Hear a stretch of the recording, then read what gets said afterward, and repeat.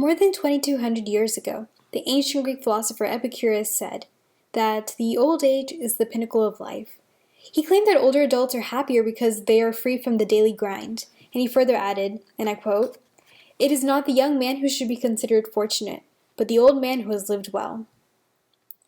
Unfortunately, this doesn't hold true for our seniors today, because loneliness is an epidemic that is experienced in nursing homes, especially among seniors who have neurological disorders.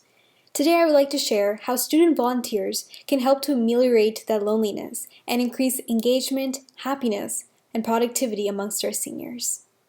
In an issue from this July, the Journal of American Medical Directors Association reported that 42% of seniors in nursing homes were suffering from severe loneliness, and this was especially acute in memory care. Greater amounts of loneliness and solitude lead to a lower quality of life. Social isolation is a risk factor for the development of loneliness. In order to mitigate this loneliness, what we can do is befriend the seniors and engage them in some friendly conversations.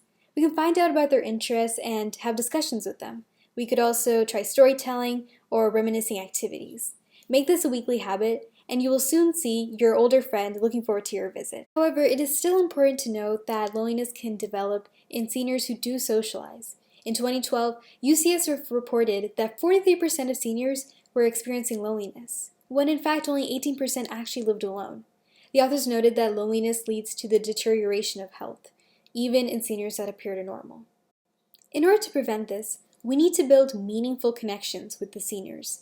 We can do small things such as sending a letter or a handmade card to show that we are genuinely interested in building a personal friendship. If you're an artist, you could paint a scenery. If you like a hands-on activity, you could build a succulent planter pot. There are many things that you can do, whatever you're interested in.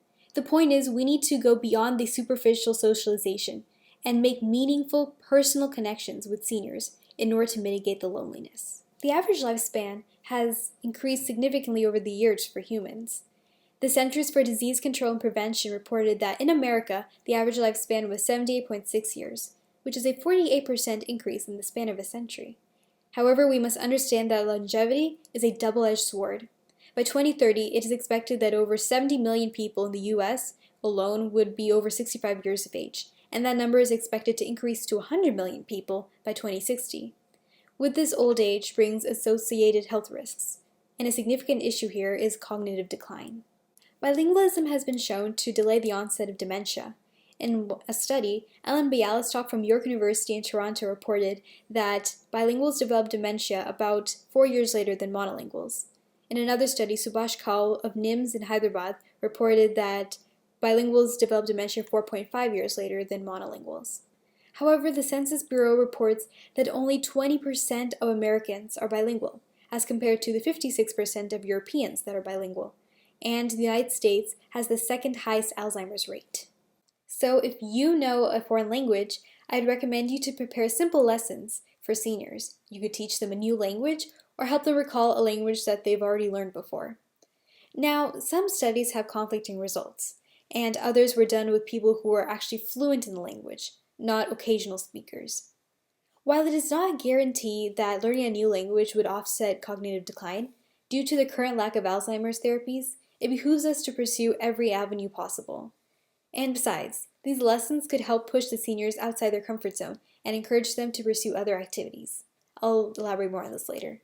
According to the Alzheimer's Association, more than 10% of seniors aged 65 and above have some form of dementia. Those with Alzheimer's may feel anxious or agitated. He or she may feel restless, may have a tendency to move around or pace, and may become upset for reasons that are not obvious to us. This could be a result of a medical condition or the effect of medications. Music has a therapeutic effect. In 2012, Lin Chunqiang of Case Western Reserve University reported that music reduced the pain and anxiety in hospice care patients in Taiwan. Additionally, they responded better to light music and Taiwanese folk music, perhaps due to their familiarity with this style of music. At Compassion for Seniors, an organization that I founded, we conducted a study with anonymized data to learn about the impact of music on seniors. Over 9 months and in 5 different nursing homes, we used the Observed Emotion Rating Scale to quantify this data. And from the results, we saw that music reduced anxiety and sadness in about 93% of patients.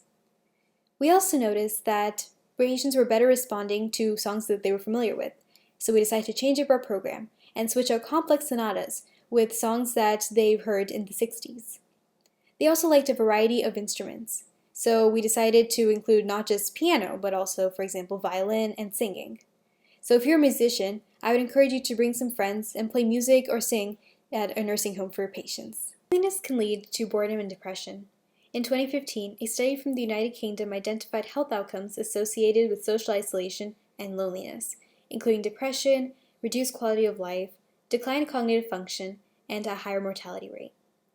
So loneliness can lead to deleterious consequences, including suicidal thoughts, anxiety, and impulsiveness. At the same time, the desire to express our creative side is alive in all of us, even with those who have months or weeks to live. We can do arts and crafts or other creative projects to alleviate the boredom and keep the seniors' minds busy. According to an article in Frontiers in Psychology, creative projects can help prevent feelings of depression in seniors. These projects can also help with hand-eye coordination, cognitive abilities, and concentration. Sometimes seniors shy away from these projects, thinking that they're not creative or artistic enough to participate.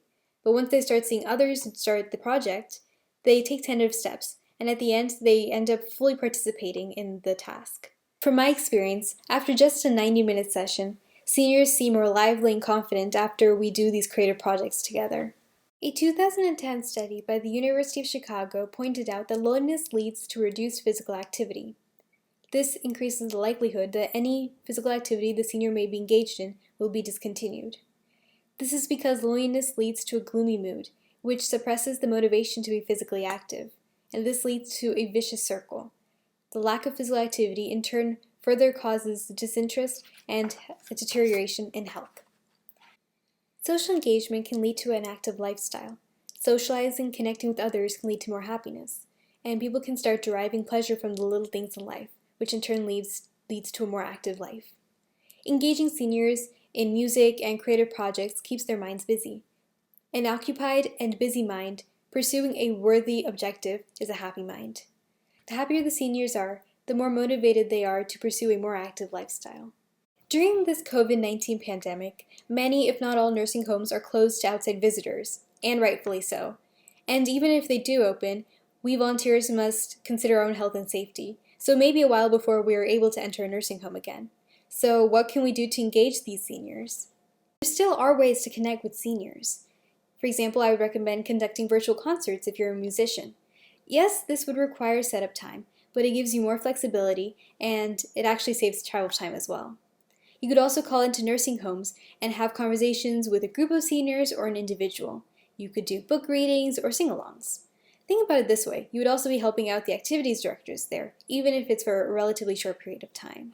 Preventing loneliness in seniors is especially important during the COVID-19 pandemic, and social intervention can definitely improve the quality of life of residents affected by the pandemic restrictions. You know, there are more than 15,000 nursing homes in the US today. My hope is to inspire more volunteers throughout the country so even more seniors can experience these wonderful social interactions. As you can see, with the basic tools you have now, you can start these beneficial interactions right away. You can grab a partner to double the fun, and there are many options that you can choose from for all different sorts of talents.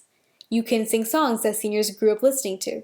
You can teach a foreign language, and you can even engage in arts and crafts with them. From personal experience, I can say that these interactions are definitely fulfilling. I would like to conclude by drawing on what Aristotle said more than 2,300 years ago. Aristotle was considered to be the first philosopher who showed a serious interest in aging.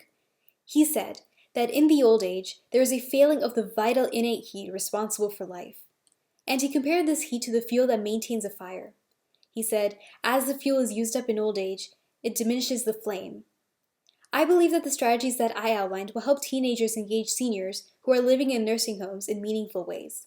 And I am hopeful that engaging seniors in various activities will help to rekindle this flame in these residents that Aristotle spoke about over 2,300 years ago. Thank you.